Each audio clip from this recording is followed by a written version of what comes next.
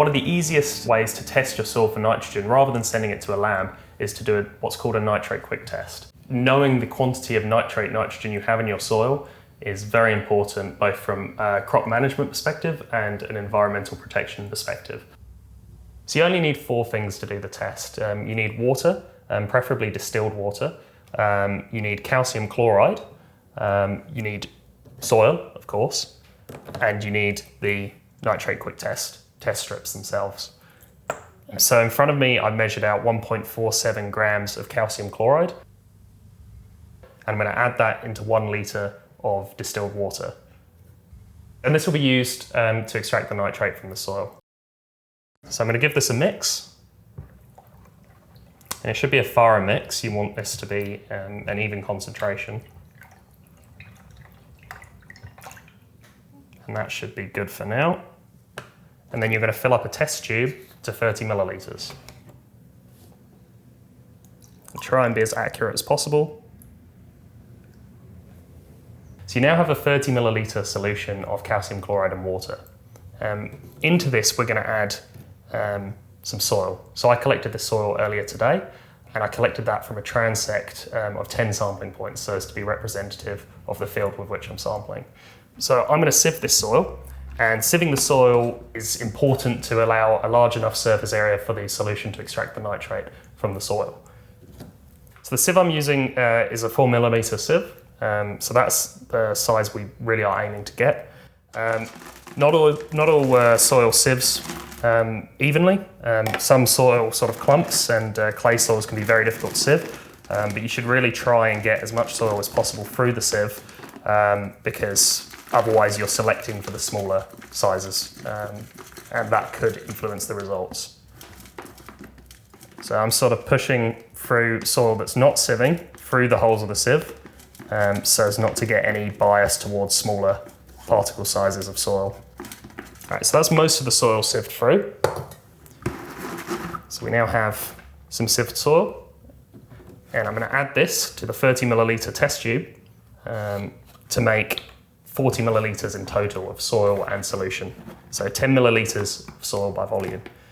So there might be better methods for adding the soil than just grabbing it by hand, but I found this works well for me. And this is a field science, so this is bucket science, so it can be a bit messy. This is a test that's designed to be done in the field. It's not a test that gives you results to the nearest decimal point. It's a test that gives you whole number results, and so a little bit of mess is fine. So now I've added the soil, we have 40 millilitres of solution. And the next step is to mix it thoroughly. So if you're in the field, you can just give it a good shake. If you're doing lots of these in a lab, that can get quite tiring. So the guidance is to shake it thoroughly for 1 minute. If you're doing 40 samples, 50 samples, that can get very tiring. So in front of me, I've got a vortex mixer, and this just makes the process a lot simpler.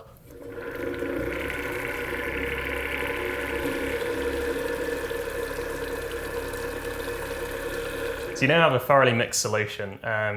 And at this point, you really need to wait for it to settle, because adding the test strip into a muddy solution is obviously not going to make it very easy to read the resulting colour. So what I generally do is I just leave the solution to settle, and that can take 15 minutes. Some solutions, and depending on the soil type, can take quite a long time to settle. The soil solution is now sat for 10 minutes, giving us a clear fraction with which we can dip in our test strip. So this is the tube the test strips come in. It has the colour scale along the edge.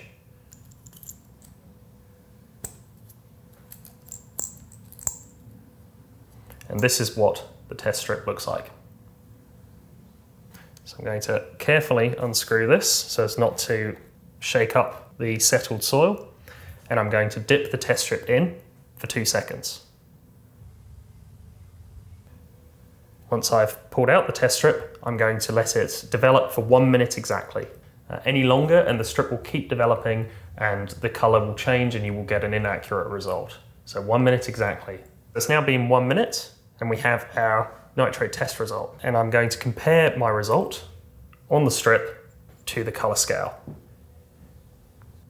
and do my best to match it to one of the colours on here. If it looks like it's between a colour, I'll do my best to estimate exactly what the number will be. So in my mind, this looks roughly around 50 milligrams of nitrate per litre, and that's what I'll record it as. So the second conversion step is to convert the milligrams of nitrate nitrogen per kilogram of dry soil to kilograms of nitrogen per hectare. And this just involves multiplying by the soil depth layer and by the field's bulk density.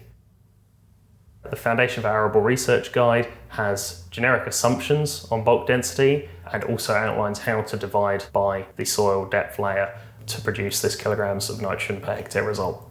After all these steps, you now have a kilograms of nitrate nitrogen per hectare figure. This is going to be useful as a grower in guiding your management practices when it comes to nitrogen management.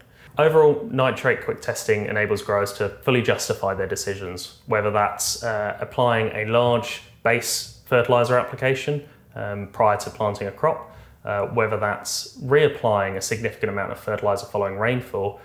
They'll be able to justify that decision using what's actually available in the soil rather than just following set procedures or set formulas that are based on practices that have been done historically but are not tied to what's going on in the actual soil environment.